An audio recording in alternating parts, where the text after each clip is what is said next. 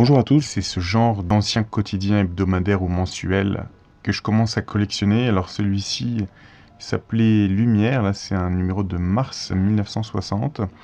Je pense que c'était un journal rosicrucien, j'en suis pas sûr. À droite, une représentation d'un griffon.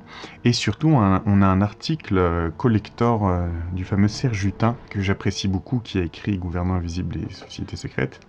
Donc là, c'est un article de René Van Guérinck, dans lequel il y a un petit encart qui s'appelle Société secrète justicière, qui est de Serge Hutin, et qui parle de la Sainte Vême, etc.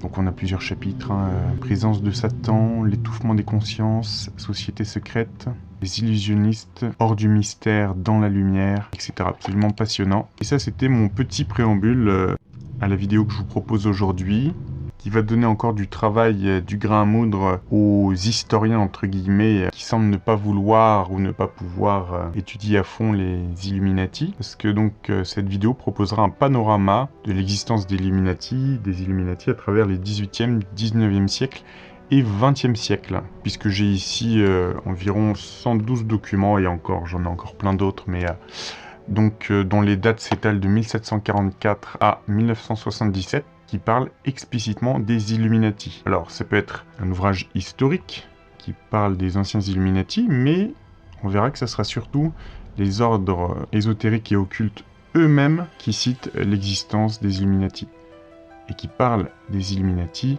contemporains de leur époque. On va donc commencer par cet ouvrage de 1744, donc environ 54 ans, pour rappel, avant la Révolution française. Je vous traduis directement le titre, Hermippus Redivivus, ou Le triomphe du sage sur l'âge ancien et la tombe, dont une méthode qui est divulguée pour prolonger la vie et la vigueur de l'homme. Donc, qui a été écrit par Dr. John Henry Cohausen.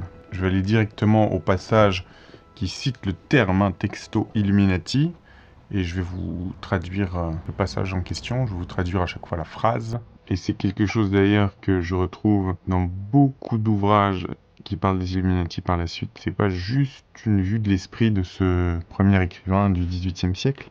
Je cite: « Il est toutefois assez bien connu que ces Illuminati affirmaient détenir le pouvoir de prolonger leur vie pendant de nombreux siècles, et il ne ressort pas très clairement de leurs écrits si ce qu'ils se plaisent à nommer la pierre philosophale n'est pas tout à la fois le grand secret de la transmutation et celui de la médecine universelle. » Alors, je vous ai dit que ça serait intéressant, hein. Ensuite, nous passons à cet ouvrage de 1801 de J.J. Mounier ou J. Walker Mounier sur l'influence attribuée aux philosophes francs-maçons et aux Illuminati sur la Révolution de France. Je crois que je vous en avais lu des extraits en français il y a quelques années. Bon, alors c'est idiot parce que, mis à part dans le titre, mais de toute façon c'est un ouvrage à lire, je ne retrouve pas le passage qui parle des Illuminati. C'est pas grave, on continue.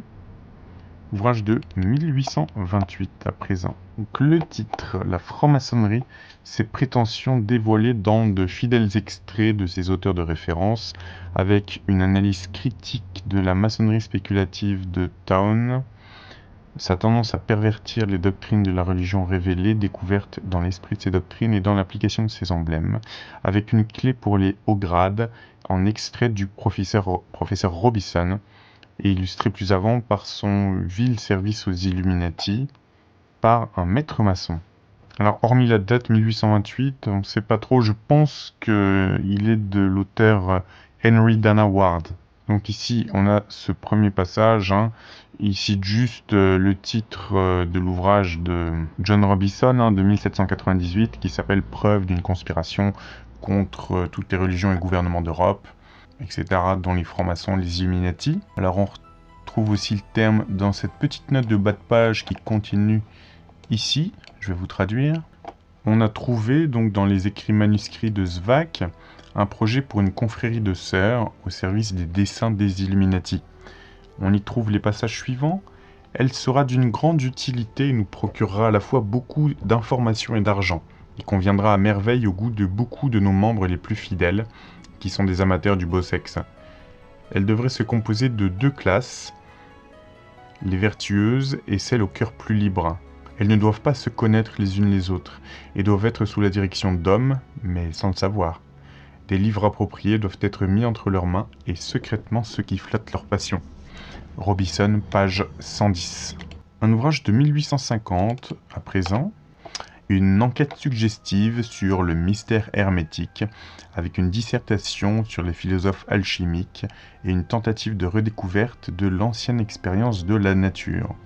Et ici, il y a un petit passage en latin. « Et ainsi, revenons à l'homme et à la raison, don divin qui fait que l'homme est appelé un animal rationnel. Car les choses que l'on dit de l'homme sont moins merveilleuses, bien qu'elles soient merveilleuses, mais ce qui surpasse en merveille toutes les merveilles, c'est que l'homme ait pu découvrir la nature divine et la réaliser. » Mercure Trismégiste, Asclépius, chapitre 13. Londres, Trelawney Saunders, Charing Cross, 1850. Ici, on a un passage sur les Illuminati, je vous traduis ce petit paragraphe. Pourtant, nonobstant cela et bien plus encore sur quoi ils épiloguent, si nos illuminés modernes étaient seulement à moitié aussi expérimentés en matière de nature qu'ils pourraient l'être, s'ils possédaient ne serait-ce qu'un rayon de cet intellect antique qu'ils tournent en dérision, quelle scène différente cette époque lointaine ne leur présenterait-elle pas?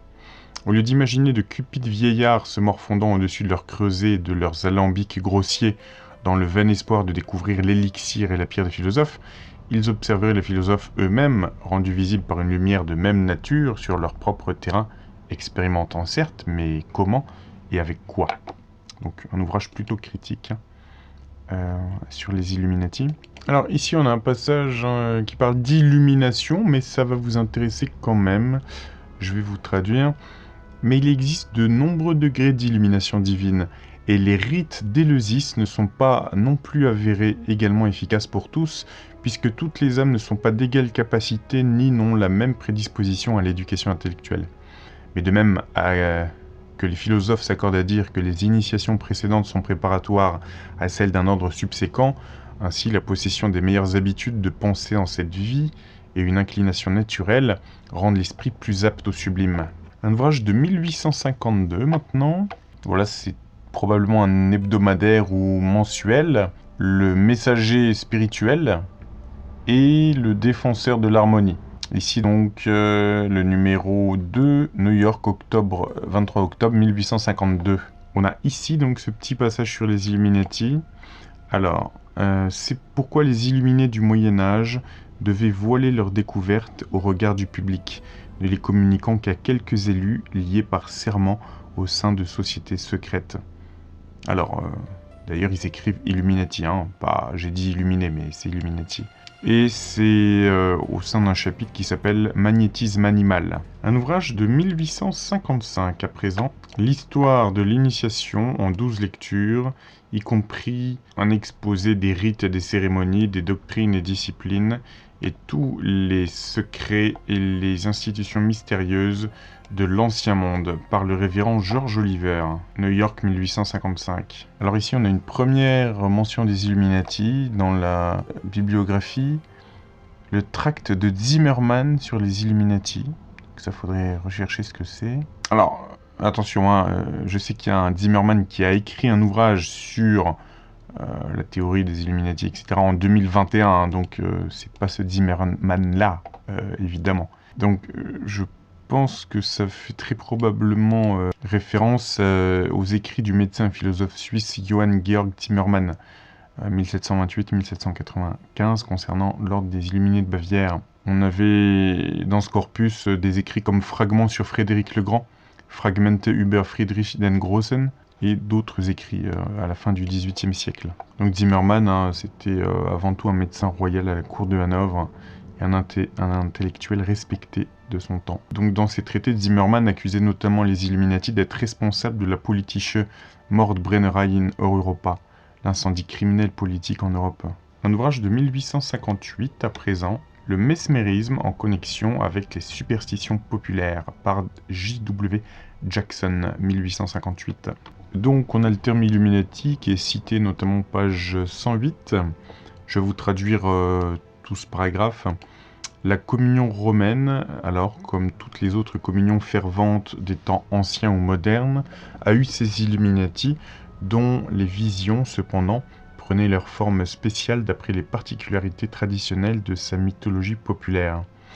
Là où des jeunes filles helléniques, en leur heure d'extase, auraient contemplé le glorieux et magnifique Apollon descendant dans l'éclat radieux d'une jeunesse divine et immortelle, l'idée incarnée de la perfection masculine, les nonnes pieuses des temps ultérieurs, voyaient la vision béatifique et étaient favorisées d'une visite de Saint Michel, vêtu de cette gloire qui seyait au chef archangélique des armées célestes. À présent, un autre ouvrage de 1862 qui s'appelle « Le trésor des francs-maçons » sur la valeur des publications maçonniques par le révérend John Osmond d'Arkane, 1862. Donc page 2, on a ce petit passage qui cite le terme Illuminati. Je fais allusion à un livre publié par le professeur Robison d'Édimbourg vers la fin du siècle dernier, intitulé « Preuve d'une conspiration », etc., dans lequel il s'est efforcé, avec une grande ingéniosité et une habileté considérable, de lier la franc-maçonnerie aux pires aspects des Illuminati, etc., du continent. Un ouvrage de 1865, Scepticisme et spiritualisme, ou spiritualité, les expériences d'un sceptique, par la femme auteure d'Aurélia, Londres 1865. Page 42 de l'ouvrage, on a ce petit passage que je vais vous traduire. On aurait pu présumer que la terre des esprits des eaux et des gnomes des montagnes, des ondines, des Loreleys, des Rubetzals, des Léonore et des Illuminati aurait été particulièrement adaptée pour éclairer mon esprit sur ce sujet fantasmagorique. Néanmoins, il en fut autrement. Donc là, de façon assez poétique, l'auteur met les Illuminati dans un petit peu dans les forces qui ne sont pas visibles à l'œil nu de la mythologie germanique et nordique, hein, c'est-à-dire avec les elfes, les ondines, etc. Donc c'est rigolo. Alors plus intéressant, page 122 du même ouvrage, hein, je vais vous traduire. À l'heure actuelle, il n'est guère de cités ou de villes d'importance en Europe occidentale où les spiritualistes ne se comptent par centaines, sinon par milliers, où des communautés régulièrement établies ne se réunissent habituellement à des fins spirituelles et où l'on ne trouve parmi elles des individus de toutes classes sociales et professions, ainsi que des intellects du plus haut ordre, où en somme, les doctrines et les adeptes du spiritualisme ne pénètrent le substrat social de toutes parts, avec la même subtilité et la même ubiquité que les premiers chrétiens d'antan et que les Carbonari et les Illuminati des temps passés et présents. Un ouvrage de 1867 à présent, L'origine de l'Arche royale, ordre de maçonnerie, considéré historiquement, incluant une vue explicative de ces rituels primitifs, ces doctrines et ces symboles, et de leurs améliorations progressives jusqu'à la période présente, par le révérend G.O. Oliver, ancien grand commandeur du 33e degré pour l'Angleterre, etc. 1867. Donc ici ça cite un passage que je vous ai déjà lu tout à l'heure. C'est l'auteur qui fait allusion à un livre publié par Robison à Édimbourg, Proof of a Conspiracy, etc., où il parle des Illuminati. Un ouvrage de 1869 à présent, une histoire générale de la franc-maçonnerie en Europe, par J. Fletcher Brennan, 1868, page 133, donc on a ce paragraphe. La société des Illuminati, fondée par le professeur Weishaupt, et à laquelle fut confiée la noble tâche de faire triompher la vertu sur la sottise et l'ignorance, et de porter l'instruction et la civilisation dans toutes les classes de la société, avait trouvé accès dans quelques loges situées en électorat de Bavière, et particulièrement celle de Munich. Et sur ce, le prince Charles Théodore, mu par l'influence des jésuites, publia 2 décrets, l'un daté du 2 mars et l'autre du 16 août 1785, interdisant les assemblées des Illuminati, ainsi que celles des francs-maçons. À la suite de ces interdictions, lesquelles furent d'abord renouvelées par le roi Maximilien Joseph le 4 novembre 1799, et par la suite le 5 mars 1804, donc pas mal de temps pour la franc-maçonnerie, les loges de Munich et de Mannheim cessèrent leurs travaux. Ici, on a une autre citation du terme Illuminati dans l'histoire temporelle de la franc-maçonnerie. Ici, ils nous disent « Rite des Illuminati de Stockholm, fondé en 1621 et ressuscité en France sous une forme maçonnique en 1730. Très intéressant ça. Ici, rite d'illuminé de Bavière par le professeur Weishaupt, donc 1776, classique.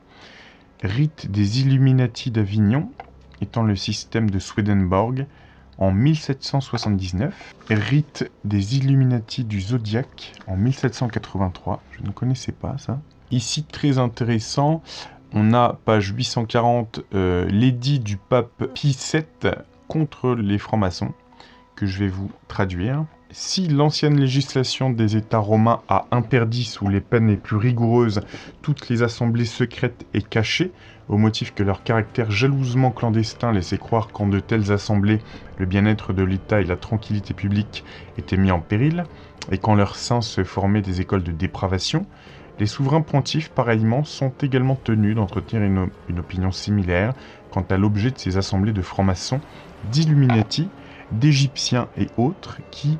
Alors, est-ce qu'il fait référence au rite de Memphis-Mizraïm ou alors à la fraternité de Luxor? Et autres, donc, qui entourant leurs opérations cachées de formes, de cérémonies et de serments, pour garder des secrets qu'ils doivent croire être à tout le moins sujets à suspicion. Et comme leurs assemblées sont particulièrement composées de personnes de diverses nations et conditions, de divers cultes et degrés de moralité, admises sans distinction, elles ne peuvent se soustraire au soupçon que leurs réunions sont conçues pour préparer la destruction non seulement des trônes et des gouvernements, mais même de la religion elle-même, et particulièrement de la seule vraie religion de notre Seigneur Jésus-Christ, dont le pontife romain a été constitué chef, maître et gardien par son divin fondateur et législateur lui-même. À présent, un ouvrage de 1872. Note sur les mystères scientifiques et religieux de l'Antiquité, la gnose et les écoles secrètes du Moyen-Âge, le rosicrucianisme moderne et les rites et degrés variés de la franc-maçonnerie libre et acceptée, par John Yarker Jr., qui a un nombre de titres impressionnants, membre de la Société rosicrucienne, souverain grand conservateur du rite ancien et primitif de la maçonnerie, 33e degré, etc., etc. Londres, 1872. Ici, page 72, ce petit passage que je vais vous traduire. Parce qu'ils prétendaient prolonger la vie humaine, ils furent nommés immortels. Comme ils prétendaient tout savoir, ils furent appelés Illuminati. Et comme ils ne firent aucune apparition pendant plusieurs années, ils furent appelés invisibles. Ils utilisaient la rose et la croix conjointement comme l'un de leurs symboles, et Martin Luther fit de même. Très intéressant. Donc on peut dire qu'il y avait une volonté de transhumanisme depuis bien longtemps chez ces Illuminati. D'ailleurs, je vous avais trouvé, il y a des années, une traduction de 1862 de Louis Ratisbonne, une traduction de la Divine Comédie de Dante, et à un moment, il traduit ce passage, un passage d'un poème, et il dit « Comme on se transhumanise ». Donc je montrais que le terme ne datait pas du XXe siècle, et pas non plus de Julian Aldous Huxley, mais était déjà existant en 1862. Ici on a un autre passage, page 135, en 1776, Adam Weishaupt a institué l'ordre des Illuminati, qui consistait en 15 degrés et était de tendance infidèle. Un ouvrage de 1875, très intéressant le titre, Les gens de l'autre monde, par Henry S. Olcott, 1875. Page 27 de l'ouvrage, je vais vous traduire ce passage. Dans cette transaction, les enfants recevaient tous les coups et lui tous les sous, et quelle triste époque ce fut pour eux. Passant entre les mains impitoyables de dizaines de comités de sceptiques, ligotés avec des cordes par des marins ayant 7 ans d'expérience, et des gréeurs, habitués à faire des nœuds là où la vie humaine était en jeu, par des charpentiers ayant un penchant pour d'autres nœuds que ceux de leurs planches, par des inventeurs qui s'y connaissaient en toutes sortes de ficelles, en plus de leurs machines à vapeur ou batteuses spécifiques, et autres Illuminati du même acabit. Leur jeune et tendre os métacarpien était déformé par la pression et leurs bras couverts de cicatrices de la cire fondue, utilisée pour s'assurer doublement et triplement de la solidité des liens. Ses poignets et ses bras sont un spectacle à voir. Alors, c'est dans un chapitre où il parle des enfants loués comme des médiums. Apparemment, le terme Illuminati, pour les anglo-saxons, était déjà devenu un terme du langage courant, quand il dit « et autres Illuminati du même acabit ». Un ouvrage de 1878 à présent. Nature humaine. Alors, Human Nature, d'ailleurs, c'est un titre, c'est un morceau de Michael Jackson. Donc, Nature humaine, un journal mensuel de sciences zoïstiques, d'intelligence et d'anthropologie populaire, embrassant la physiologie, la phrénologie, la psychologie, le spiritualisme, la philosophie, les lois de la santé et la sociologie. 1878. Alors ici, page 3, on a ce paragraphe. Prophètes, chefs religieux, thaumaturges, illuminati et toutes sortes de personnages invraisemblables deviennent des héros et des artisans du genre le plus louable et le plus précieux. Une transformation s'opère en toute chose, la lumière apparaît là où régnaient auparavant les ténèbres, et les lueurs naissantes du savoir dissipent peu à peu les brumes et les brouillards de l'ignorance. Un autre ouvrage de 1878, Le Spiritualiste et Journal de sciences psychologiques, le plus vieux journal connecté à la spiritualité en Grande-Bretagne, 26 juillet 1878. Ici donc, l'auteur parle probablement d'un initié, peut-être de la société de Blavatsky, puisqu'on en parle ici. Alors je traduis. Il fut si impressionné par les circonstances et la vivacité de l'apparition qu'il se rendit aussitôt après d'un des Illuminati de la société, et on lui montra son dessin. On l'informa que bien qu'étant en apparence une figure idéale, il s'agissait en réalité d'un soi-disant esprit élémentaire qui était représenté par les Égyptiens comme étant le suivant dans l'ordre de progression, après un certain reptile, qui était la figure qu'il avait vue chez moi, et qu'il était employé par les Égyptiens pour la création de leur zodiaque lors des initiations, etc. Alors, petite parenthèse ici, peut-être que le pape Pie VII, quand il disait, vous savez, on interdit les francs-maçons, les Illuminati, les Égyptiens, peut-être qu'ils font référence à cet ordre, je sais pas, les Égyptiens. On est ici la même chose dans cet article, je continue. Il revint alors vers moi et sans commentaire, je lui montrai un dessin de la figure même qu'il avait vue, sur quoi il me dit qu'il l'avait vue et dans quelles circonstances, et sortit son esquisse. Il fut alors convaincu que j'avais prévu qu'il verrait cette apparition après avoir été impressionné par le dessin kabbalistique susmentionné. Ces phénomènes ne peuvent clairement pas être rattachés à une quelconque forme familière de manifestation. Alors ça fait référence, c'est intéressant parce que au XXe siècle, je me souviens, il y a un docteur anglais qui a fait des recherches, il a fait une étude scientifique et il montrait des images assez choquantes à des sujets. Et on s'est rendu compte que l'électroencéphalogramme décelait des mouvements des zones du cerveau qui sont censées réagir aux images, décelait du mouvement même avant que l'image ne leur soit montrée, et même avant que les images soient choisies aléatoirement par l'ordinateur. C'est-à-dire que le cerveau savait déjà ce qu'il verrait. Et ce qui fait dire à Dan Brown dans son dernier ouvrage qui est sorti il y a 1 ou 2 mois, il parle de cette expérience et il dit que ça signifierait qu'en fait le cerveau crée dans une certaine mesure la réalité. Je pense qu'il s'agit de la même chose ici. Je continue la traduction. Lors d'une de mes conférences devant la Société théosophique, à laquelle tous les degrés de membres étaient présents, des lumières furent vues par les Illuminati, allant et venant de l'un de mes dessins, bien qu'il se trouvait sous la vive lumière de plusieurs becs de gaz. Un nuage sombre fut observé par d'autres se déposant dessus, et d'autres phénomènes tels que le changement apparent des figures zodiacales en d'autres formes ou en représentation élémentaire furent observés. Intéressant. Alors ici, il y a d'autres passages où il parle des Illuminati. Quand je dis « il », c'est celui qui a écrit l'article, c'est un certain monsieur Felt, ex-vice-président de la Société théosophique. Alors, s'il y avait eu précédemment le moindre doute, la nécessité absolue de structurer la société en degrés devint alors évidente, et je n'ai depuis jamais rencontré de manifestation similaire chez d'autres que les Illuminati de la société. Le ton hostile des articles susmentionnés était entièrement déplacé, et il n'y eut aucune vantardise de la part des membres dans leurs remarques. Étant une société secrète, nous ne pouvions d'aucune manière riposter tant que la permission de le faire ne nous avait pas été donnée. Ayant maintenant reçu cette permission, je déclare ici publiquement que j'ai récemment accompli ce que j'avais convenu de faire, et à moins que le Conseil ne l'interdise, Je donne par la présente la permission à ceux des Illuminati qui l'ont vu de se manifester s'ils le désirent et de témoigner du fait. Donc là, on commence à rentrer dans les ouvrages ou les mensuels et hebdomadaires qui parlent des Illuminati de l'intérieur. Là, on n'est plus dans des ouvrages critiques ou d'historiens, etc. On est dans les sociétés initiatiques qui parlent des Illuminati comme donc existants. Un ouvrage de 1880 à présent.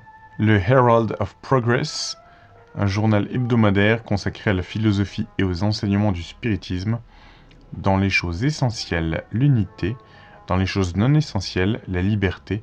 En toute chose, la charité. 1880. Alors ici, on a un article de Jules Favre, qui était député français, je crois, franc-maçon. Donc il dit, en parlant de je ne sais qui... Ah non, c'est un certain ATTP qui parle de Jules Favre. Ok, Favre. Donc il dit... Il appartient au premier cercle des esprits émancipés. De son vivant, il faisait partie de la classe que l'on nommait sur Terre les Illuminati, connus aussi comme étant les élus. Je voudrais tant moi aussi être libre comme lui. Voyez-vous, pour eux, il n'est plus question de revenir pour demeurer sur Terre, tandis que moi, je devrais y rester. Intéressant. Ici, page 350, on a ce petit passage que je vais vous traduire. J'ai ensuite posé une question concernant la divinité de Jésus de Nazareth, non que j'eusse le moindre doute, mais je l'ai fait pour le bien d'une personne qui m'accompagnait en cette occasion particulière. La réponse fut qu'il était sans aucun doute l'un des élus spirituels de ceux que la Terre reconnaissait sous le nom d'Illuminati, et que c'est de lui qu'il a été dit « Il rendra la vue aux aveugles et éclairera les voies ténébreuses ». Extrêmement intéressant. Extrêmement intéressant parce que je vous avais dit une fois, en lisant les ouvrages d'Adam Weishaupt qu'il avait laissés pour s'excuser de sa secte des Illuminés de Bavière, parce qu'il est mort en 1830, donc 45 ans après avoir été pris la main dans le pot de confiture.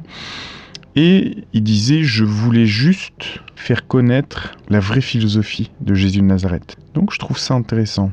En tout cas, leur vision de Jésus, celle des gnostiques. Notre ouvrage maintenant de 1881, la philosophie de l'esprit, illustrée par une nouvelle version du Bhagavad Gita, un épisode du Mahabharata, un des poèmes épiques de l'Inde ancienne, par William Oxley. Donc page 276, on a tout ce passage. Mais je vous traduis aussi ce qui vient un petit peu avant, parce que ça parle de la nation aryenne. Et comme je dois avoir un ouvrage qui parle à la fois des Illuminati, et qui possède aussi sur la première page les symboles anciens de la svastika, enfin celle qui était inversée par rapport à celle d'Hitler, je trouve tout cela intéressant. Alors, le grand objectif des esprits avancés de l'ancienne nation aryenne était l'acquisition de la connaissance concernant l'esprit et ses pouvoirs, et le résultat de leurs efforts, tel qu'on le voit dans leur écrit ancien, n'est certainement pas éclipsé par les notions modernes dans ce champ de recherche. Leurs Illuminati enseignaient que le meilleur endroit pour l'homme pour contempler le Seigneur est l'âme humaine, car Dieu n'est nulle part ailleurs manifesté de manière aussi éclatante que dans l'âme de l'homme. C'est la connaissance de ce fait qui les a conduits à adopter la méthode scientifique du yoga afin de pouvoir voir le Seigneur se refléter à la surface de l'âme et de communier avec lui. Jogindra Nath Bose. Alors, extrêmement intéressant ici parce que quand il dit leurs Illuminati enseignaient que, c'est comme s'il parlait d'un degré ou d'un grade au sein d'une société initiatique. Leurs Illuminati, donc ceux parmi eux qui étaient les Illuminati. C'est un peu ça. Et vous savez, je parlais très souvent d'une religion syncrétique mondiale qui mélangeait le bouddhisme, l'hindouisme et les connaissances occidentales. Notamment, vous savez, ces personnalités peu connues du grand public, mais qui sont très puissantes dans leur domaine, ça peut être dans la musique, etc., qui ont des petites statuettes qui représentent par exemple la danse cosmique de Shiva, vous savez, comme celle qu'il y a dans la cour du CERN. Et peut-être que c'est eux, que c'est ces Illuminati-là, parce que, je cite, je vous retraduis ce petit passage, c'est la connaissance de ce fait qui les a conduits à adopter la méthode scientifique du yoga. afin de pouvoir voir le Seigneur se refléter à la surface de l'âme. Intéressant. Un ouvrage de 1884 à présent. La venue du royaume de Dieu ou le triomphe futur de l'esprit sur la terre. Enseignement spirituel donné à travers, comment on peut dire, un channeling de W.J. Colville à la résidence de Lady Caithness, duchesse de Pomard, suivi d'un poème impromptu, Le cercle étoilé, 1884. Donc page 29 de l'ouvrage, on a ce passage que je vais vous traduire. Les vrais Illuminati ont de tout temps été guidés par la lumière intérieure et les anges gardiens, qui ont été leurs inspirateurs. Tous sans exception ont vu le soleil, les étoiles, les constellations dans les cieux au-dessus d'eux. Tous sans exception ont senti le souffle et entendu la voix de la déité à l'intérieur d'eux. Tous sans exception ont communié avec les anges qui leur rendaient visite dans leur tour étoilée ou leur retraite ombragée parmi les rochers, sur les flancs des montagnes ou dans les vallées. Tous ont été unis dans une fraternité de l'esprit, ce qui fait de tous les membres du cercle des étoiles. Est-ce qu'il pourrait être fait référence au roi mage, Tous, sans exception, ont vu le soleil, les étoiles, les constellations dans les cieux au-dessus d'eux. Et comme tout à l'heure, on parlait de Jésus de Nazareth qui est important pour eux, vous voyez, simple supposition. Ici, donc, cet ouvrage de 1885, La guerre de l'Antéchrist avec l'Église et la civilisation chrétienne. Donc une revue de l'avènement et le progrès de l'athéisme, son extension par Voltaire, son usage de la franc-maçonnerie et des sociétés secrètes apparentées pour la guerre antichrétienne, l'union et l'illuminisme de la maçonnerie par Weishaupt, son progrès sous les chefs de la première révolution française et sous Nubius, Palmerston et Mazzini, le contrôle de son cercle intérieur caché sur toutes les organisations révolutionnaires, son influence sur la franc-maçonnerie britannique, ses tentatives sur l'Irlande, serments, signes et mots de passe des 3 degrés, etc., la spoliation de la propagande, conférence donnée à Édimbourg en octobre 1884 par Monseigneur George F. Dillon. Alors, ici dans la table de matière, chapitre 11, c'est intéressant, franc-maçonnerie après la chute de Napoléon. Donc ici il nous dit « Weishaupt étant toujours en vie, la maçonnerie continentale change de tactique pour faire face à la réaction chrétienne en Europe. Les Illuminati, ministres dans toutes les cours d'Europe et lui étant fidèles, le Tugendbund, la maçonnerie œuvrant hypocritement en France, Talleyrand et d'autres Illuminati, donc il dit que Talleyrand en était un, cherchent un roi protestant pour la France. Échouant, ils réussissent à gouverner Louis XVIII, ils obtiennent la liberté pour la littérature athée, ils renversent la branche aînée des Bourbons au profit du fils de leur grand maître Égalité. Note, précieux discours du baron Haugwitz sur le lien entre la franc-maçonnerie et la Révolution. Et ensuite, à propos des Carbonari, il nous parle aussi des Illuminati. Alors ici, page 29, en parlant de monsieur Le Sœur, le père du héros de la Vendée, enfin la guerre de Vendée, a lui-même déclaré au marquis de Montron qu'il était tombé victime de cette infâme horde des Illuminati. Ici, donc, page 32, ce petit passage. Celle-ci se composait de 3 classes, chaque classe ayant des subdivisions, et toutes étaient de haut grade de la maçonnerie. La première classe des Illuminati était celle de la préparation. Elle se composait de 2 grades, à savoir le grade de novice et celui de minerval. Alors ici, page 34 et 35. J'ai tout ça à vous traduire, parce que c'est intéressant. L'extrait ci-dessus servira à vous montrer quelle sorte d'homme était Adam Weishaupt, et la qualité de l'enseignement qu'il a inventé. Son organisation, pour la perfection de laquelle il étudia profondément la constitution de la société de Jésus alors supprimée, envisageait de placer le fil de toute la conspiration, destinée à être contrôlée par les Illuminati, entre les mains d'un seul homme, conseillé par un petit conseil.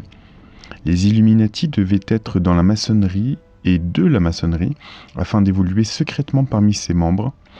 Ils étaient formés de telle sorte qu'ils pouvaient obtenir la maîtrise de toute forme de société secrète et ainsi la rendre subordonnée à leur propre chef. Leur fidélité envers lui était rendue parfaite par le système d'espionnage le plus sévère et le plus complexe.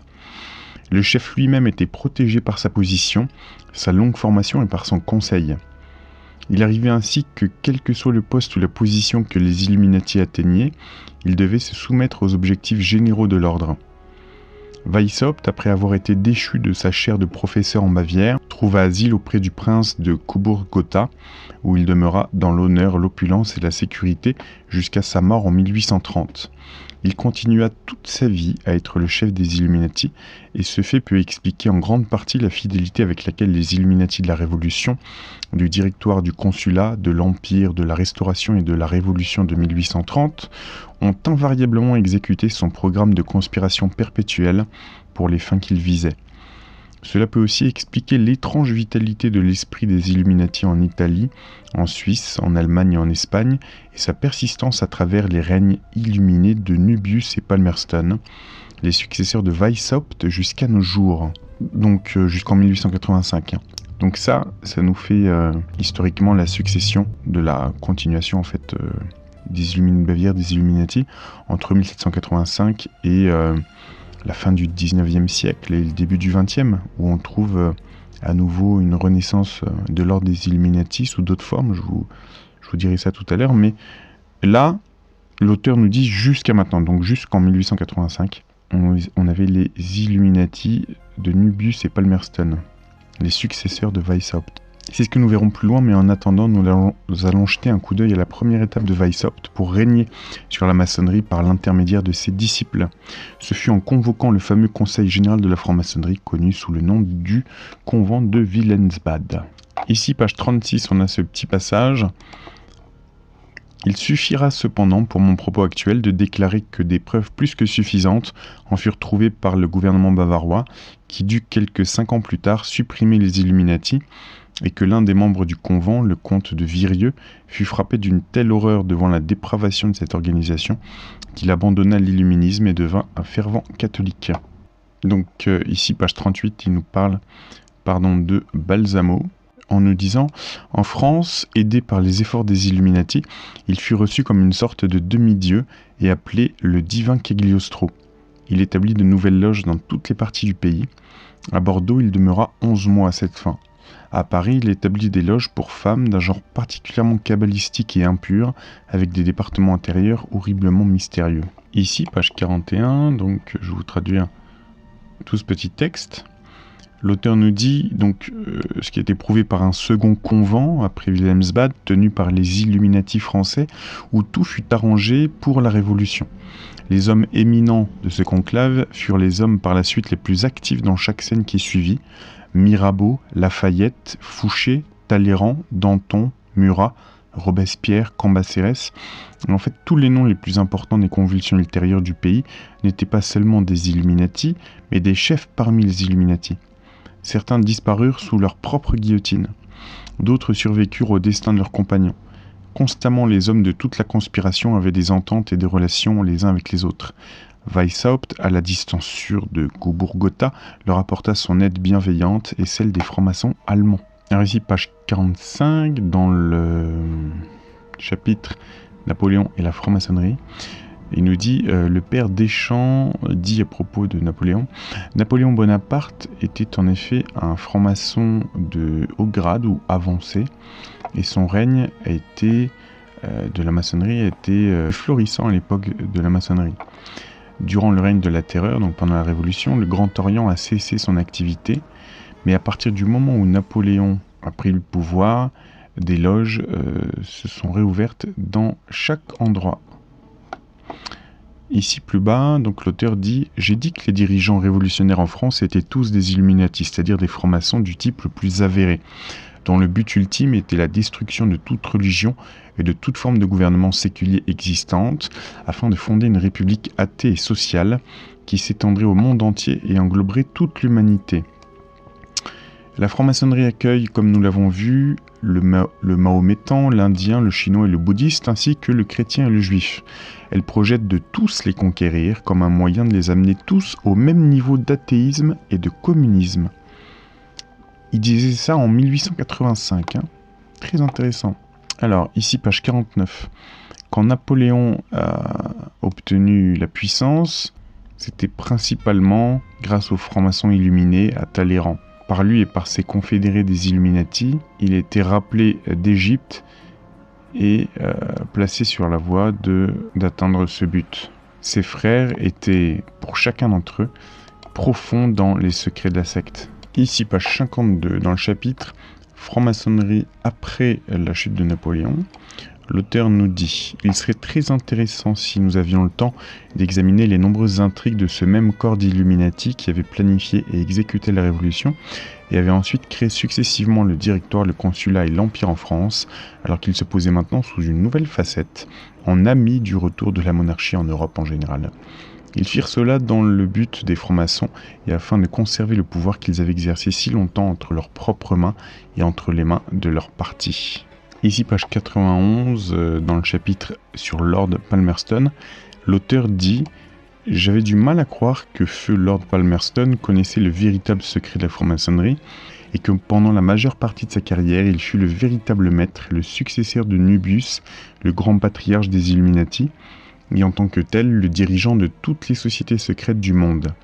Je savais bien sûr qu'en tant qu'homme d'État, ce distingué gentilhomme avait eu des rapports très étroits avec Giuseppe Mazzini, Cavour, Napoléon III, Garibaldi, Kossuth et les autres principaux esprits révolutionnaires de l'Europe de son temps.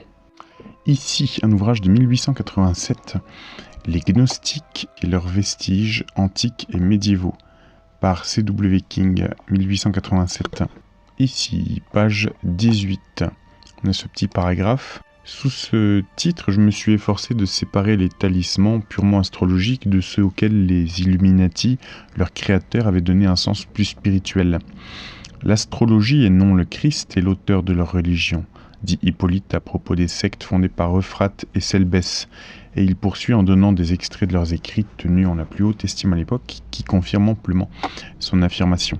Ici, dans l'introduction, je vous traduis. Ils ne traitent que des symboles destinés à circuler en privé parmi leurs membres sous forme de mots de passe connus seulement des Illuminati, ou bien ils incarnent leur doctrine dans des dessins mystiques comme le diagramma ophite ou sur des papyrus depuis longtemps livrés aux flammes. C'est les Illuminati parmi les gnostiques dont ils parlent, probablement. Ici, page 35, je vous traduis ce passage.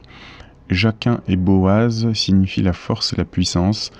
Il figure en bonne place dans le symbolisme des sociétés secrètes des temps modernes, et il en est naturellement ainsi car ces Illuminati ont emprunté, probablement sans le comprendre, toute la terminologie des Valentiniens et des Kabbalistes. Ici cet ouvrage donc de 1887, Bouddhisme dans le royaume chrétien ou dans la chrétienté, ou Jésus l'essénien, par Arthur Lilly, 1887.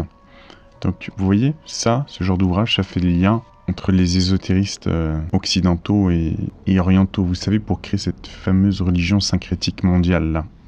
Alors je vais vous traduire le petit passage qui est ici, tout d'abord. Il sera le dernier à obtenir la grande lumière spirituelle, et il deviendra un seigneur appelé le Bouddha de l'amour fraternel, Maitreya, prophétie de Bouddha sur son successeur dans le Saddharma Pundarika. Page 80 et 82, passage très intéressant.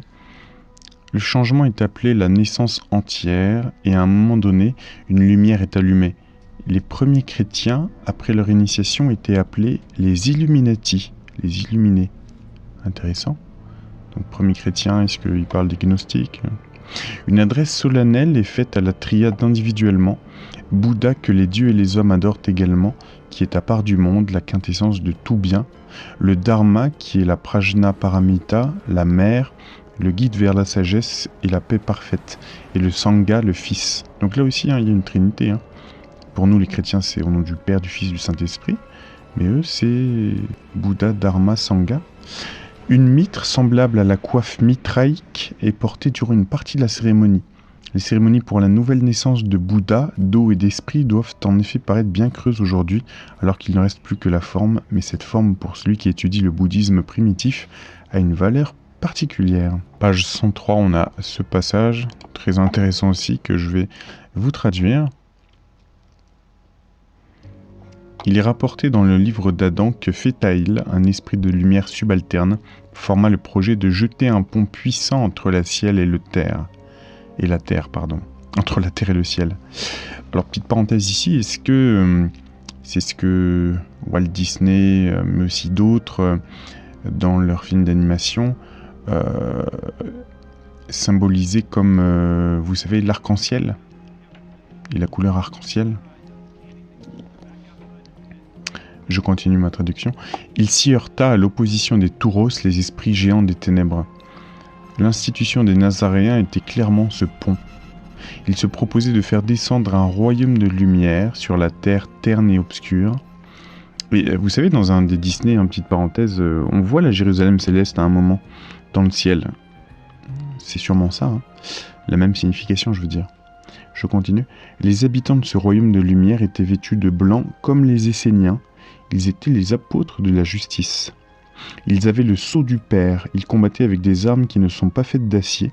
Ils étaient les élus, les Illuminati.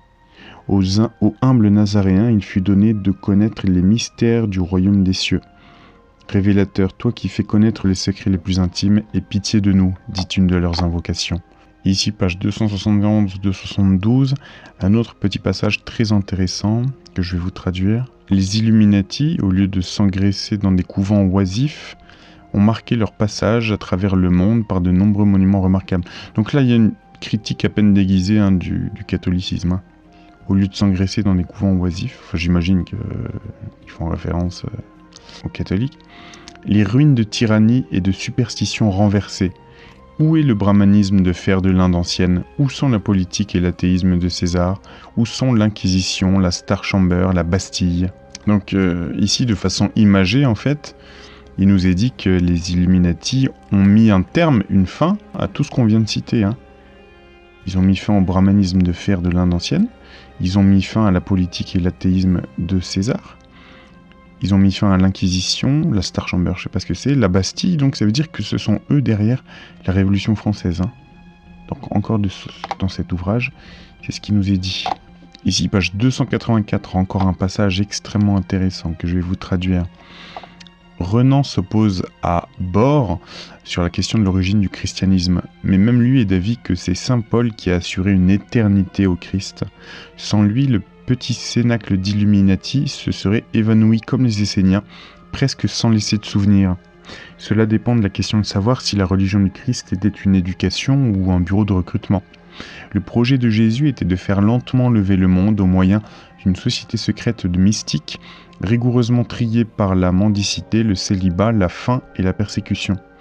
De tels petits cénacles d'Illuminati ont-ils toujours été si méprisables ? Le Bouddha était-il insignifiant lorsqu'il se tenait avec ses 60 disciples à Mrigadava et que les orgueilleux sacerdoces d'Asie étaient déjà pour l'œil divin une chose du passé ? Weishaupt était-il méprisable, donc Adam Weishaupt, lorsque lui et les autres membres de la famille du genre humain couvaient sur les ailes de la société et étaient au travail du spasme qui allait bientôt être baptisé Révolution française ? Madame Guyon était-elle méprisable dans son cachot, ou George Fox, ou Swedenborg, ou tout autre réceptacle de force spirituelle qui change les empires ? Ici, page 363, dans le chapitre Osiris, encore très intéressant ce passage. Alors je reprends ici un peu avant le paragraphe. Les sociétés mystiques étaient au cœur du catholicisme. Infiltrées, je pense qu'il veut dire. L'ordre social était attaqué et la légitimité du pouvoir politique, mais aussi les droits de propriété et l'institution de la famille. Ici, donc, en ce qui concerne la Révolution française, l'influence de la franc-maçonnerie fut très grande. Les historiens comme Louis Blanc d'un côté et le père Deschamps de l'autre s'accordent sur ce point. Le baron d'Augwitz, au congrès de Vérone, a prononcé ces mots. J'acquis alors la ferme conviction que le drame qui commença entre 1788 et 1789, la Révolution française, le régicide et toutes ses horreurs, non seulement avaient été décidés dans les loges des Illuminati, mais il était aussi le résultat de l'association et des serments des francs-maçons. Mirabeau fut envoyé en l'an 1785 en mission diplomatique en Prusse. Là, il fut initié à l'illuminisme allemand. Il apporta l'institution en France et 500 loges furent rapidement formées. La célèbre loge des Amis réunis à Paris avait tous les principaux agents de la Révolution sur ses listes, Robespierre, Barnave, Pétion, Talleyrand. Il fut débattu si la grande explosion devait avoir lieu en Allemagne ou en France, et la décision fut prise en faveur de ce dernier pays. À l'époque de Weishaupt et des Illuminés d'Allemagne, une scène frappante se déroulait. Le novice, qui avait été amené les yeux bandés, se voyait montrer un autel sur lequel se trouvait un sceptre et une couronne, quelques pièces d'or et quelques bijoux de valeur. Au-dessus se trouvait un tableau du fondateur de l'illuminisme, un Ecce Homo qui était solennellement dévoilé. « Voici les attributs de la vertu !» s'écria le grand maître. voici les attributs de la tyrannie, choisissez. Alors, ce qui est intéressant, c'est que j'avais lu dans un ouvrage que les maçons, avant de rentrer dans leur loge, ils déposent leurs métaux à la porte du temple, donc leurs montres, etc. Donc, je trouve que ça a la même symbolique que ces Illuminati qui mettaient une sceptre, une couronne, quelques pièces d'or, quelques bijoux de valeur, en disant « Voici les attributs de la vertu » d'un côté, et de l'autre côté « Voici les attributs de la tyrannie, choisissez ». Je trouve que on peut voir de ce genre de choses l'influence des Illuminati sur la franc-maçonnerie quand même. Hein. Voilà, il était intéressant cet ouvrage. Il y a encore beaucoup d'ouvrages, on va peut-être arrêter pour cette première partie, on est en 1887, on va continuer avec tout ça. Bonjour à tous, je vous propose de continuer avec la deuxième partie de ma vidéo qui cite en fait, non pas tous, mais beaucoup d'ouvrages écrits au 18e, 19e, 20e siècle, dans lesquels on retrouve le terme d'Illuminati. Donc dans la première partie, je vais commencer par un ouvrage de 1744, donc bien avant la Révolution française, et on verra que dans les ouvrages que je vous présente aujourd'hui, on ira jusqu'en 1977. Alors, on continue avec un ouvrage de 1888, Ars Quator Coronarum, étant les transactions de la loge Quatuor Coronati, numéro 2076, Londres. Alors on a ce passage, page 67 du document. La franc-maçonnerie anglaise avant l'ère des Grandes Loges, 1717. Le fondateur des Illuminati, le docteur Adam Weishaupt, affirmait que nul ne peut donner un compte-rendu de l'ordre de la franc-maçonnerie, de son origine, de son histoire, de son objet, ni aucune explication de ses mystères et de ses symboles, qui ne laisse l'esprit dans une incertitude totale sur tous ces points. Cela fut exprimé il y a environ un siècle, et c'est presque aussi vrai aujourd'hui qu'à l'époque, le seul point sur lequel un nouvel éclairage a été apporté, dans l'intervalle, étant l'histoire de l'institution. Celle-ci, en vérité, nous ne pouvons la faire remonter très loin, mais nous atteignons le XIVe siècle, au moment où les preuves tangibles sont épuisées, et où il ne nous reste plus que la tradition et la conjecture pour nous aider. Mais nous sommes pleinement en droit de croire que de nombreuses preuves qui ont aujourd'hui disparu ont dû exister, sans parler de ce qui pourrait encore être mis à jour, bien qu'actuellement enseveli dans la masse considérable d'écrits anciens répartis dans ces collections publiques et privées de Grande-Bretagne, qui attendent, hélas, l'examen et la classification de chercheurs diligents et compétents.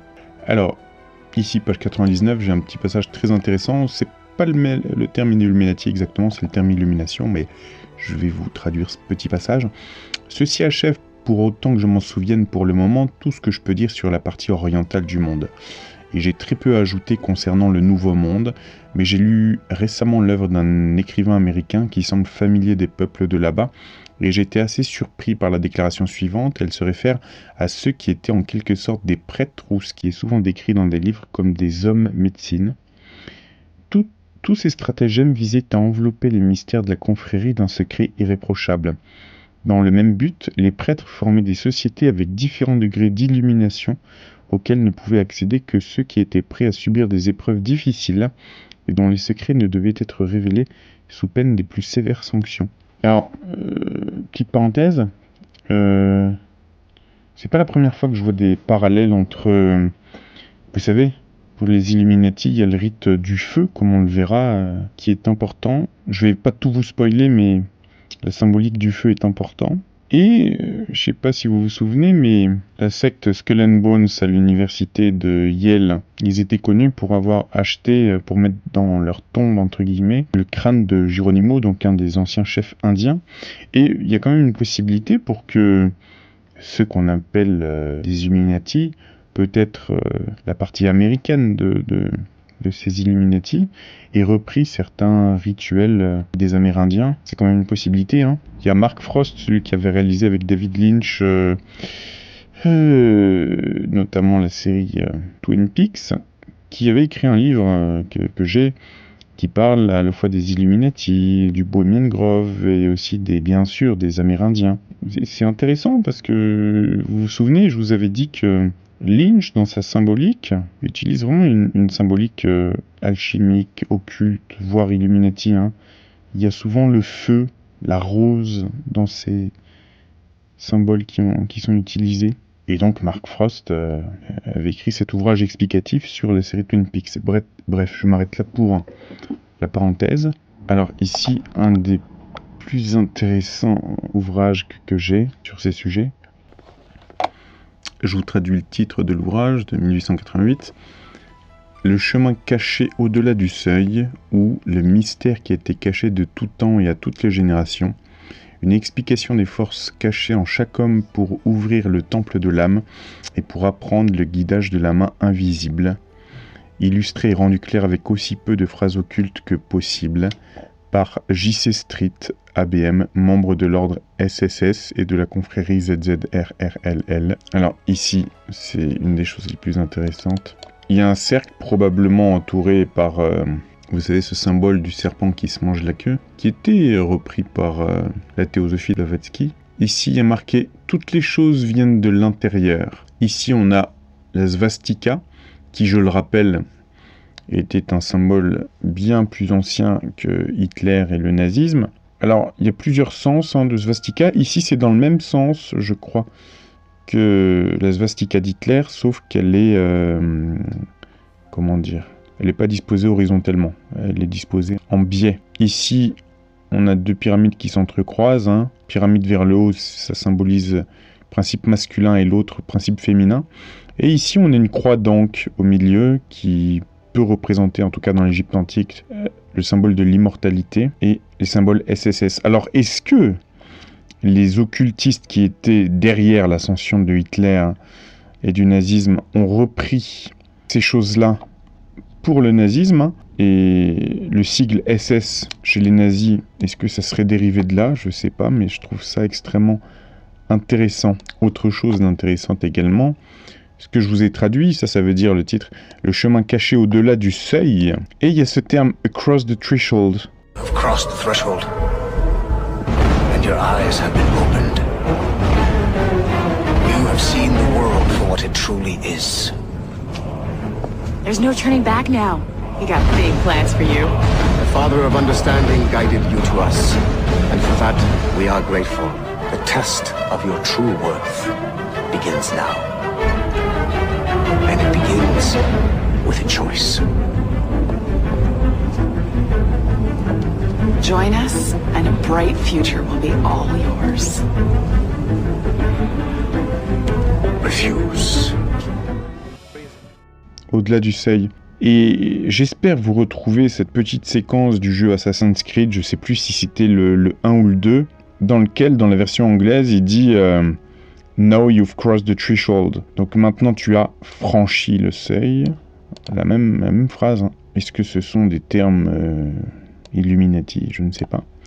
Donc maintenant tu as franchi le seuil, tu ne peux plus revenir en arrière. Si tu refuses, et là il a un ton menaçant et vous savez il montre son arme.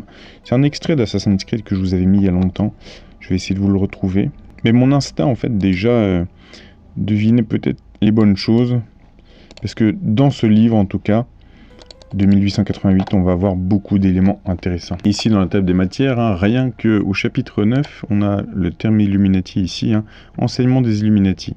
Alors je vais vous traduire toute la table des matières du chapitre 9. Culture des dons spirituels ou le guidage de la main invisible, l'éducation véritable, développement de l'âme, couleur astrale, bisexualité, vraie prière, nourriture animale, enseignement des Illuminati, perceptionniste et dogmatique, conditions, éthérisation, vibration de la lumière, formation des cercles, les 12 sens, vibration musicale. Page 35, on a ce passage qui cite les Illuminati, je vais essayer de tout vous traduire. La chute des anges désigne donc simplement la descente originelle et cosmique de l'esprit dans la condition de la matière, afin que la nature angélique puisse parvenir, à travers cette unité de la foi et de la connaissance du Fils de Dieu, à la condition humaine parfaite. Alors, on reprend ici, petite parenthèse, la première partie, on avait dit que certains Illuminati désignaient Jésus comme l'Illuminati par excellence. C'est lui le Fils de Dieu. Et on a un autre ouvrage que je vous avais traduit de Swinburne Clymer, qui s'appelle littéralement Le Fils de Dieu, les Illuminati, ou l'Église des Illuminati. hein, littéralement. Donc je continue. Les pèlerins des Illuminati et tous les habitants du seuil, hein, le fameux threshold, qui croient en un Dieu unique, croient aussi que l'univers est rempli d'un immense océan d'esprit ou de vie, et que cet esprit est du corps de Dieu qui est amour, une harmonie divine de sagesse et de loi, qui émet une énergie infinie et éternelle, de laquelle toute chose procède, et que dans cet océan sans limite d'esprit demeure un mental infini, le mental divin, Dieu qui est le grand architecte, c'est le terme des francs-maçons, hein, et le mental qui crée et bâtit toute chose, que lui qui est esprit, amour et sagesse remplit l'univers, qu'il est l'énergie invisible et éternelle de la nature, étant toujours par la nature même des choses, la pure essence de l'amour, invisible à ce monde sidéral et terrestre, que Dieu et l'esprit sont un, qu'il est le concepteur de tous les mondes, le père de tous les hommes, l'auteur de tous les autres êtres, que son amour, sa puissance, sa sagesse et sa bonté sont à la mesure de cette grande fin, c'est-à-dire infini. Ici, page 68-69, ce passage qui cite les Illuminati. À un certain moment de l'histoire de la Terre, la lumière de l'esprit s'approche très près de l'homme. En cette nouvelle ère, l'antique religion de la vérité de l'esprit, l'unité de l'homme, ne doit pas être perdue. Chers pèlerins des Illuminati, les grands et les riches ont beaucoup d'amis, sois l'ami des pauvres. Celui qui donne ne serait-ce qu'une goutte d'eau aux pauvres de manière désintéressée, elle deviendra pour lui une fontaine vive au paradis. Petite parenthèse, c'est ce que faisait le Christ, hein ? Donne aux pauvres de manière désintéressée.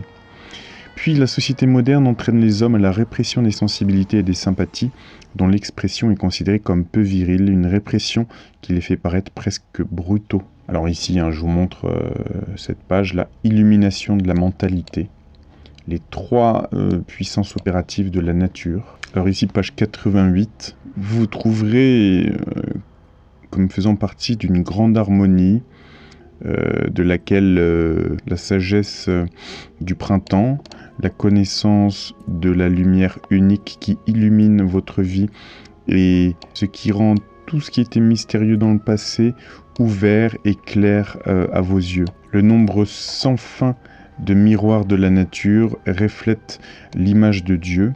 Ainsi regarde la nature et apprends de ses enfants les secrets qu'il garde pour toi, et le livre de la vie sera ouvert pour toi. Alors ici, le véritable pèlerin des Illuminati a le droit d'exiger les secrets de la nature et de connaître les lois qui régissent la vie humaine. C'est pourquoi, vous qui désirez comprendre les lois de la nature, devez d'abord tenter de vous libérer des lois qui semblent vous assujettir. Cela ne peut se faire qu'en fixant votre attention sur ce qui n'est point affecté par elle, l'esprit. Donc ce qui n'est pas affecté par les lois de la nature. Ici, page 160.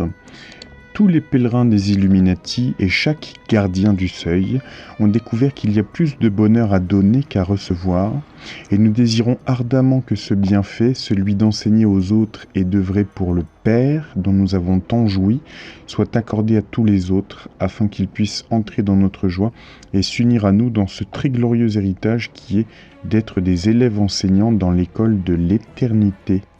C'est un sacrement continu, sans sacerdotalisme. La lumière spirituelle, et l'entendement, acquis par la communion avec les immortels, ont sonné le glas de tout despotisme, chanté le requiem de toute forme de superstition et d'idolâtrie, et intronisé la raison comme l'arbitre de toute vérité. C'est pour ça que je disais souvent que c'était eux derrière le courant des Lumières, vous savez, au XVIIIe siècle, notamment ceux qui ont écrit l'encyclopédie, Diderot, d'Alembert, etc. Ici, page 177-178, extrêmement intéressant. SSS, la lumière ou l'école des prophètes, telle que enseignée dans l'ordre des Illuminati. Il y a un esprit vital dans la chair et le sang qui remplit l'office de l'âme pour toute l'humanité qui vit dans le sens extérieur ou le monde objectif. Il y a aussi un esprit vital de perception intuitive qui est le seuil du temple intérieur, the threshold of the inner temple, la véritable âme des hommes qui vivent dans le monde intérieur au subjectif et celui qui y demeure est entré dans l'école des prophètes. Voici un pouvoir de l'esprit t'a été donné, qui n'a pas été donné aux autres êtres vivants. Quelque chose t'a été ajouté, dissemblable de ce que tu vois. Quelque chose informe ton corps, plus élevé que tout ce qui est l'objet de tes sens. Demandes-tu ce que c'est ? Voici, l'esprit du Dieu vivant. En vérité, tu es fait d'une manière redoutable et merveilleuse. Efforce-toi donc de te connaître toi-même. C'est pourquoi contemple fréquemment en silence, afin que tu puisses acquérir la sagesse et laisse la prudence t'admonester. Très maçonnique, cette phrase-là, puisque j'avais lu dans un ouvrage sur les maçons, qu'ils avaient la phrase que Notice et Automne, connais-toi toi-même et tu connaîtras l'univers et les dieux. Et puis aussi le silence maçonnique est important. Je continue. Que la tempérance te retienne, que la justice guide ta main, que l'amour et la bienveillance réchauffent ton cœur, et qu'une sincère gratitude envers le ciel t'inspire la vérité et la dévotion. Et la plus grande de toutes est la charité. C'est pourquoi, si tu suis ces quelques préceptes, ils te donneront le bonheur dans ton état présent et t'amèneront en demeure de la paix et la félicité éternelle dans ta demeure au paradis avec Dieu. Ne sais-tu pas que la terre doit être préparée avant que le blé puisse être planté et que le potier doit construire son four avant de pouvoir fabriquer sa porcelaine ? Comme le souffle du ciel dit aux eaux de l'abîme, c'est par ce chemin que tes vagues déferleront et nul autre. C'est jusqu'à cette hauteur qu'elles s'élèveront dans leur puissance et pas plus loin. Ainsi que ton esprit, ô homme, actionne, contrôle et dirige ta chair. Ainsi qu'il réprime son insoumission ou sa nature sauvage. Souviens-toi que ton âme est le monarque de ton corps. C'était peut-être ça, vous savez, la petite parenthèse, la symbolique de la chanson Personal Jesus, ton Jésus personnel. Souviens-toi que ton âme est le monarque de ton corps. Ne souffre pas que ces sujets la dirigent ou se rebellent contre elle. Tes yeux ne sont-ils pas les sentinelles qui veillent pour toi sur le monde extérieur ? Pourtant, combien de fois sont-ils incapables de distinguer la vérité de l'erreur ? Tu as un œil meilleur que celui-ci, et une vision plus vraie, cette vision de ton âme. C'est pourquoi garde ton âme dans la modération. Enseigne à ton esprit à être toujours attentif à son bien. Ainsi, ces ministres te seront-ils toujours des transmetteurs de vérité et des guides fidèles en temps de besoin. Ô pèlerin de la vérité, efforce-toi de réaliser l'âme divine à l'intérieur du temple, et s'il le faut, sois fidèle jusqu'à la mort. C'est dans le tendre amour de mon âme que je te donne ceci, la leçon de la vie. Ici, page 221-222. L'adepta, selon les Illuminati, est considéré d'un point de vue plus spirituel. Il signifie atteindre les royaumes de la clairvoyance et de la prophétie par le mûrissement de l'âme à travers la méditation silencieuse, l'échange de pensées par la perception et l'intuition. Il signifie l'illumination de l'âme par le principe amour, guidé par des messagers, et l'illumination spirituelle par les anges. Le premier objectif à atteindre est une centralisation de l'âme au-dedans, avec la forme au-dehors. Ceci permet d'atteindre un état très supérieur, l'extase au moyen de l'auto-transe, que ce soit un état de transe complet ou partiel, selon le tempérament et le niveau de développement du sujet. Lorsque cette condition a été atteinte, le voyant a une perception complète du monde subjectif et de son environnement, de ses conditions, de ses pouvoirs et de ses habitants, devenant ainsi tout à fait versé dans les forces de la nature. Alors, étant un pouvoir supérieur et une force focalisée, il rend les forces de la nature asservies à sa volonté, les guidant pour qu'elles exécutent ses ordres, mais avec un pouvoir limité selon son mûrissement en tant qu'âme perfectionnée. Ça me fait penser à ce petit passage, He renders nature's forces subservient to his will. Vous savez, la petite maxime qui était utilisée par l'ordre télémique, notamment celui de Crowley, là. Enfin, et puis l'ordre Templi Orientis, qui regroupait en son sein des Illuminati. L'amour sous la volonté. C'est ça, il rend les forces de la nature asservies à sa volonté. Alors ici, page 241-242. Je vous l'avais dit que cet ouvrage était un petit trésor. Illuminati, élève-toi, brille, viens et la gloire du Seigneur s'est levée sur toi. SSS, le mystère qui a été caché depuis des âges et des générations. Je t'ai donné ton esprit, je t'ai donné ton âme. Je t'ai aussi donné ta demeure physique de double être, afin que tu puisses former une lampe écrin pour la vérité de l'esprit, afin qu'à travers toi puissent mûrir des fruits lorsque j'enverrai mes moissonneurs pour les recueillir jusqu'à moi. ô pèlerin de lumière. Fais de ton cœur celui d'un petit enfant, et efforce-toi de vivre tes quelques jours libérés des liens de la terre, de naître et de ne plus demeurer esclave de ces choses que l'on suppose seulement être des nécessités, mais par l'assistance des anges et l'amour céleste de l'esprit, élève-toi jusqu'aux intentions originelles du ciel. Souviens-toi que tu es un enfant de l'esprit sur terre, n'y demeurant que pour un bref instant, et que tu entreras bientôt dans ta demeure éternelle, car tu n'es qu'un voyageur qui trouvera bientôt le repos dans la terre de Dieu, l'esprit. Aucun homme ne s'est jamais gouverné ou ne peut se gouverner seul. Quand nous nous sommes tournés, chacun vers son propre chemin, tels des brebis égarées, nous nous sommes détournés. Crée en moi un cœur pur, ô Dieu, et renouvelle en moi un esprit droit. Donne-nous gratuitement, à nous qui avons soif, des eaux de la vie. Donne-nous, Père, ce juste sentiment de toutes tes miséricordes, afin que nos cœurs puissent être sincèrement reconnaissants et que nous puissions manifester ta louange, non seulement avec nos lèvres, mais dans nos vies. Je vais pas tout vous lire, mais quand même, ça c'est important, puisque c'est dans le sous-chapitre Illuminati. Prière et invocation. Quand tu demandes quelque chose au cœur de Dieu, dis en toi-même « Étant un rayon d'amour et de l'esprit infini, dans mon ignorance et ma folie, je suis devenu un enfant égaré, errant dans des pays lointains, me sentant si grand en moi-même et si plein de vanité que les déceptions et les défaites sont devenues mes compagnes constantes. Je t'implore de m'entendre, Père aimant. Considère-moi et entends-moi, ô Seigneur mon Dieu. Illumine mes yeux de peur que je ne dorme du sommeil de la mort. Donne-moi les vrais désirs de mon cœur et ne refuse pas la requête de mon âme. Ô Seigneur mon Dieu, unis-moi à ton cœur d'amour alors que je crie vers toi et guéris-moi.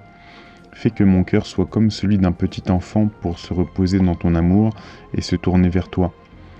Aide-moi à rendre plus clair le miroir de mon moniteur, afin que par sa clarté je puisse refléter ton image divine devant les hommes, afin que l'homme puisse savoir qu'il dépend de lui d'ouvrir ou de fermer ses perceptions à ta voix.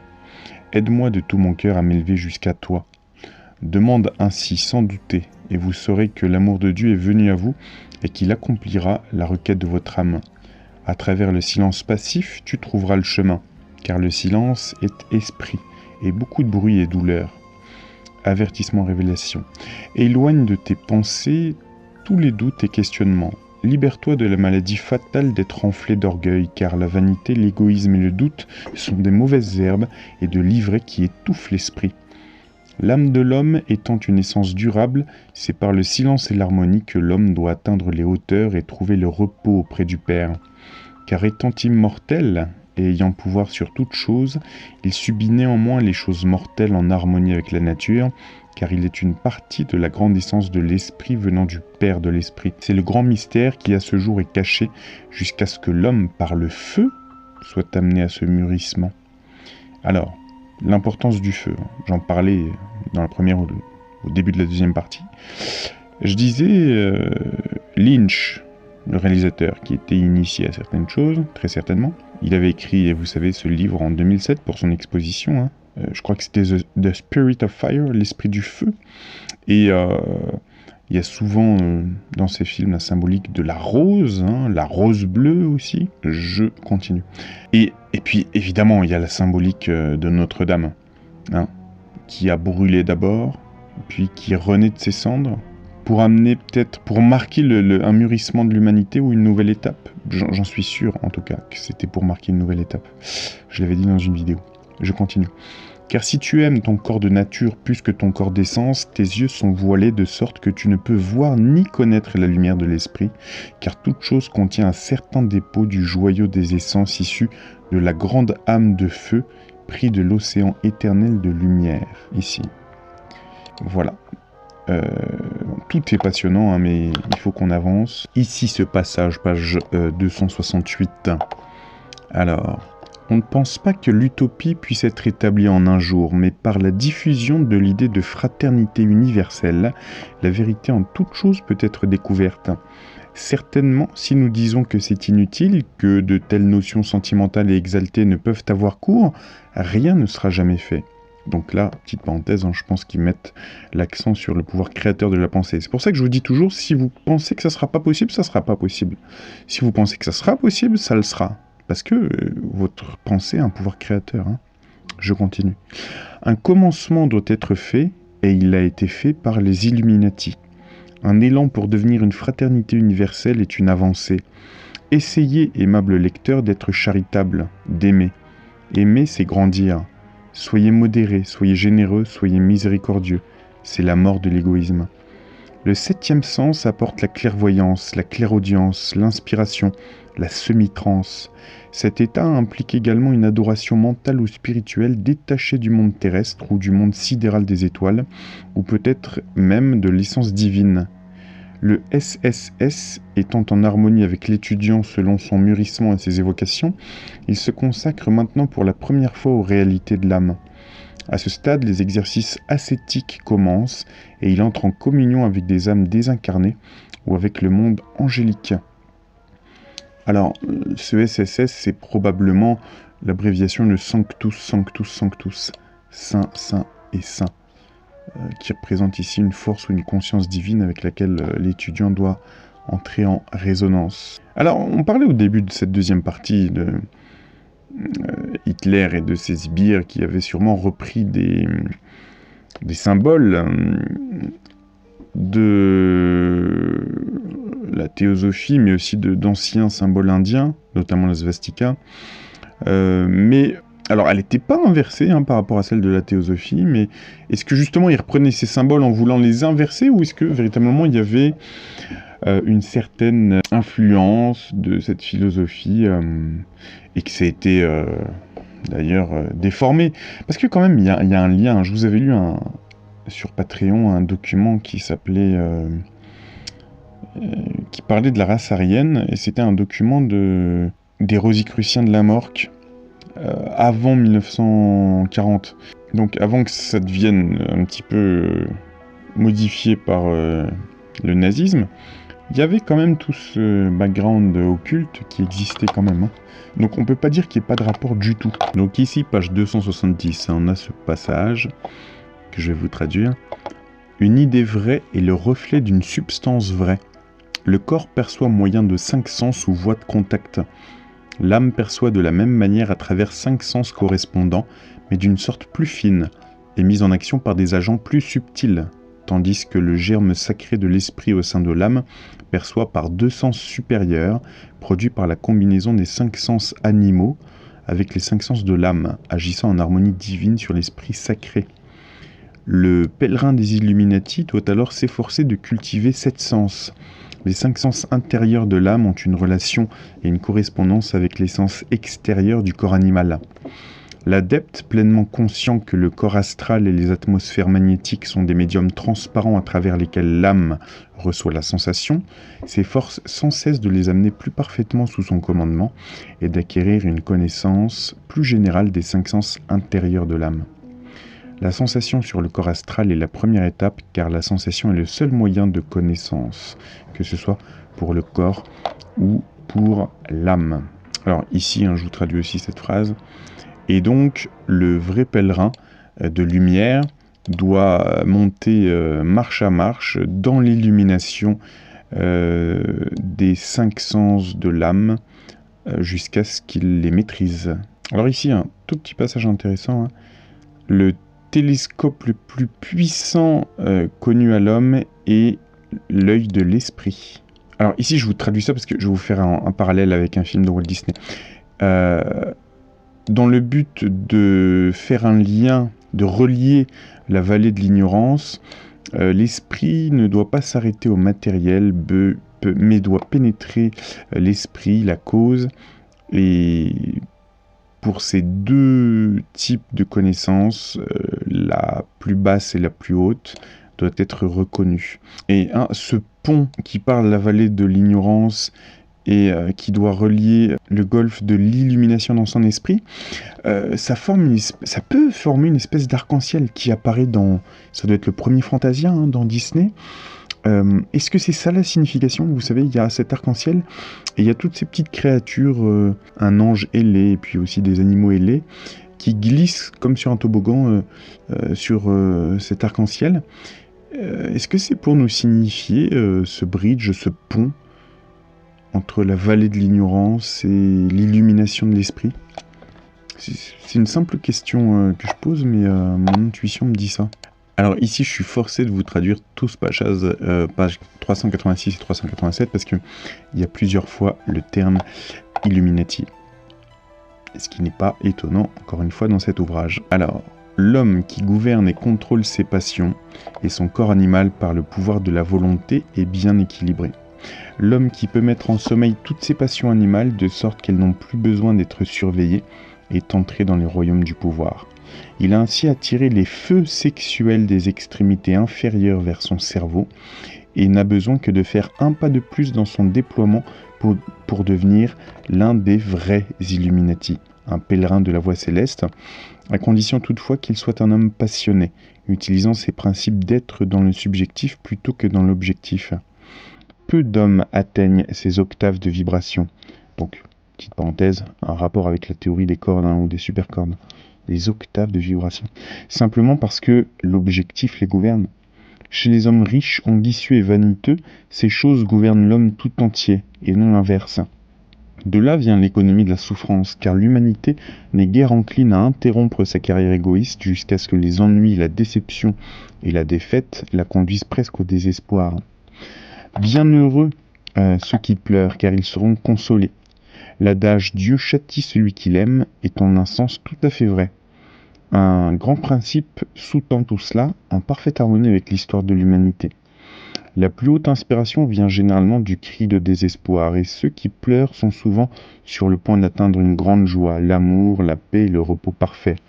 Les grands du passé, qui ont percé les ténèbres et transmis à l'humanité la lumière, la compréhension et une philosophie de vie supérieure qui aide l'humanité à franchir l'abîme de la mort, ont été des hommes solitaires au cœur triste. Jésus a pleuré. Il était un homme de douleur et habitué à la souffrance. Pythagore, Apollonius, Socrate, Platon, tous étaient des hommes silencieux et contemplatifs et non des hommes bruyants et rieurs. Alors, là aussi, un rapport avec la maçonnerie, puisque on avait lu que les maçons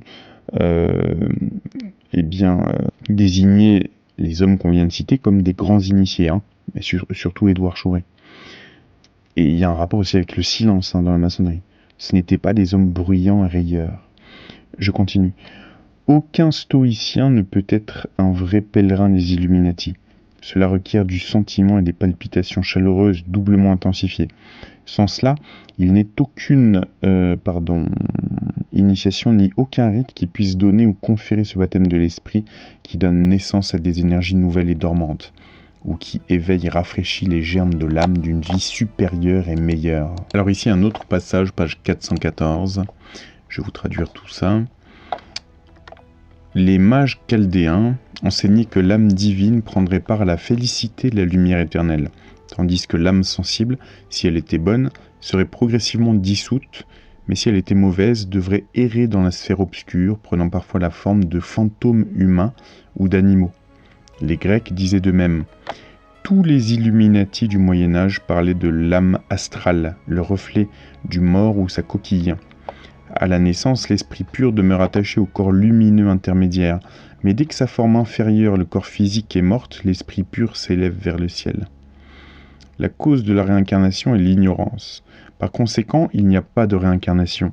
Les doctrines occultes enseignent presque toutes qu'il n'y a pas de réincarnation immédiate sur Terre pour la monade, ni aucune seconde incarnation pour l'ego personnel, sauf comme mentionné précédemment dans le cas des idiots et des avortements, mais qu'il y a des renaissances ou des réapparitions périodiques ou des réincarnations pour l'ego immortel, mais que celles-ci n'ont pas lieu avant 2 ou 3 000 ans de vie dans les sphères supérieures ou dans le Devachan, un état de félicité qui est la récompense pour les misères imméritées de la vie. Ici, page 548, je vais vous traduire ce passage. Chers pèlerins de la lumière, lorsque vous voulez accomplir quelque chose de grand et de bon pour le bien du monde, vous devez toujours faire plus que ce que votre vocation immédiate exige. Le véritable pèlerin des Illuminati, qui avec une abnégation totale a consacré sa vie au bien des autres, peut à toute heure se libérer de son individualité, élever son âme vers le ciel et entrer en communion avec les immortels. Alors, petite parenthèse, est-ce que ce sont les immortels qui apportent leurs connaissances dans les archives akashiques de l'univers, vous savez, où on peut aller puiser pour trouver une invention, comme par exemple Léonard de Vinci l'a fait? Je continue. En s'absorbant par la concentration de la pensée, il lui est donné de vibrer à travers le portail astral de son être et de percevoir les échos des voix des anges. L'influence mesmérique est une force émanant de certaines caractéristiques physiques du mesmériste. Elle se transmet à distance à l'âme du sujet et produit un effet perceptible pour lui et démontrable pour les autres. Dans l'univers, le magnétisme humain et le magnétisme spirituel sont combinés. Ici, à la fin de l'ouvrage, en page 597-598, à la toute fin, je vais tout vous lire. Et à vous, frères des Illuminati, qui avez porté le fardeau et la chaleur du jour, persévérez et ne vous lassez pas de faire le bien. Votre heure de repos et de retour au foyer est proche. Dieu sait tout. Frères, durant le court laps de vie qu'il vous reste à parcourir avant d'atteindre le jalon qui nous sépare de cette contrée lointaine, portez chaque soir votre regard en arrière sur les événements, les sentiments et les actions de la journée qui vient de s'écouler. Voyez si vous êtes capable de les améliorer le lendemain. L'œuvre, dans un silence passif, se poursuivra. Ouvrez grand le portail et permettez aux anges de lumière d'entrer et de sortir. Combien cette belle terre est pleine de soucis, de chagrins et de tourmentes. Comme les hommes luttent pour obtenir les places d'honneur dans la synagogue, dans la vie politique, comme ils se calomnient et se diffament les uns les autres afin de s'élever sur des étés si peu convenables, tout cela est le résultat d'une vie qui fait germer deux courants, l'un venant de la langue, l'autre du cœur, faisant de ce monde lié par les dogmes un méli-mélo de contradictions. L'heure est venue. Dans le silence et l'humilité, attendez votre moment. L'humanité criera bientôt vers vous. Oh, donnez-nous de votre huile, car nos lampes se sont éteintes. Soyez prêts. Chers chercheurs silencieux de la lumière, serez-vous l'une de ces âmes choisies par le ciel pour tourner le côté ensoleillé des choses vers les yeux des hommes ? Avec une foi d'enfant et le véritable amour de la patience, cherchez la lumière spirituelle, qui rend le visage de l'humanité lumineux de charité, un reflet de Dieu, paisible comme l'innocence immaculée et modeste comme l'amour d'un ange. Avec tendresse et une étreinte pour chaque grand cœur, nous vous laissons dans l'amour reposant dans le sein du Père de tout amour. Et Dieu essuiera toute larme de leurs yeux, et la mort ne sera plus. Donc la mort ne sera plus, immortalité. Il n'y aura plus ni deuil, ni cri, ni douleur, car les premières choses ont disparu. Nos sables de pensée dorée se sont entièrement écoulés, et l'intelligence qui dictait est silencieuse. Un adieu plein d'amour à tous ceux qui l'ont si patiemment suivi, Dieu, ainsi que le compilateur. Puissent vos âmes être illuminées par l'esprit de vie pour l'éternité, et que tous trouvent enfin la paix et le foyer dans les bras de l'amour absolu, et il me dit, tout est accompli. Alors, magnifique ce texte, mais on peut dire aussi que ici ça nous confirme, il dit, chers frères et sœurs Illuminati. Donc, ça nous confirme qu'il s'agit bien de l'ordre ou de l'église des Illuminati. Et comme au début, on a quand même certains symboles de la théosophie. Je vous montre ici un des logos de la théosophie. C'est presque ça. La croix, la svastika est légèrement différente, mais au centre, ce symbole qui est d'ailleurs repris aussi par les martinistes, je crois, il est tout à fait le même. Hop. Ici autour, c'est un serpent, comme je le disais, qui se mord la queue. Et autour, il y a écrit « Il n'y a pas de religion supérieure à la vérité ». Et ici, ça nous est dit « Toutes les choses viennent de l'intérieur ». Bref, on n'est pas très loin, je pense. Donc, on peut quand même dire, identifier, qu'il y avait au moins un grade ou une philosophie Illuminati à l'intérieur de la théosophie, en plus des Illuminati qui sont à l'intérieur de l'ordre Temple Orientis et de la Morque. Mais au-delà de ça, voilà, ce qui était dit dans ce que je vous ai lu est très très important. C'est un document exceptionnel. Alors à présent, un document toujours de 1890, le rayon bouddhiste. Hail to thee, pearl hidden in the lotus. Bonjour à eux, à elles, les perles cachées dans le lotus. Alors, je suis désolé de faire ces liens toujours terre à terre, mais quand même, on ne peut pas dire qu'il n'y a pas de rapport. L'expression Heil, qui en allemand est Heil, H-E-I-L, quand même, c'était très repris par les nazis, hein, par Hitler. Heil Hitler. Ce que je veux dire, c'est que il y a un rapport, je ne sais pas lequel. Est-ce que c'était les mêmes maîtres invisibles qui dirigeaient et qui ont influé tous les occultistes qui étaient derrière Hitler, hein. Vous savez, la société du Vril, etc., etc. Ça reste un mystère à... Il y a des points communs dans les symboles utilisés, etc., mais est-ce que c'était les mêmes derrière? Ou est-ce que les nazis faisaient croire qu'ils avaient toutes ces philosophies-là et ces écoles derrière eux, alors que ça n'était pas le cas? Ça reste à investiguer. Décembre 88, un magazine dévoué au bouddhisme en général et au bouddhisme chez Swedenborg en particulier. Vous savez, Emanuel Swedenborg. Alors, page 91, on a ce passage dans lequel on a le terme Illuminati que je vais vous traduire. Le Saint-Esprit, qui devait guider les fidèles dans toute la vérité, ne semble jamais avoir enseigné à l'Église chrétienne quoi que ce soit que les sages païens et les Illuminati n'aient dit au préalable. Ok, donc, petite parenthèse, ce qui est intéressant là, c'est que ce texte dit que les chrétiens ont repris des vérités et des symboles et des choses que les païens et les Illuminati savaient avant eux. Hein, enfin, ça me paraît évident que c'est ça. Mettre la tentation sur le chemin d'une femme, même s'il s'agit de ses parures qui sont sa faiblesse, c'est guetter son âme. Tout comme c'est offrir à un homme les divertissements qui sont sa faiblesse. Et dans la balance de la justice, karma futur, ces choses se pèsent l'une contre l'autre. Dans la chrétienté de nom, des hommes intelligents sont capables de gagner leur vie en prêchant ce qui est qualifié d'évangile. Mais personne n'a l'audace de dire qu'on peut gagner sa vie en pratiquant l'évangile, c'est-à-dire en vivant sans le vin, les femmes et la chanson, une vie d'ascète. Ici un ouvrage de 1891. Le calcul de 666 et sa relation avec les systèmes antichrétiens, mais faisant référence à une personne, l'antéchrist à venir, qui doit être renversé par le soleil de justice, par 2 serviteurs du Christ. Donc ici on a juste un petit passage qui parle des Illuminati. Donc l'auteur nous cite preuve d'une conspiration contre toutes les religions et gouvernements d'Europe. Les réunions secrètes des francs-maçons Illuminati, etc. par John Robison, 1798. Donc là c'est un ouvrage critique. Je vais vous traduire le petit passage juste en dessous. Voilà pour l'aspect fraternel de l'affaire.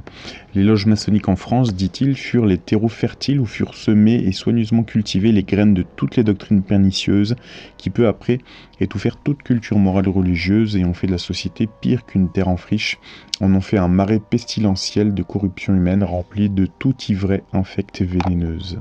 Donc, vous voyez ici dans cette vidéo, et c'est mon objectif, c'est mon souhait plutôt, qu'il y ait vraiment tous les sons de cloche sur les Illuminati.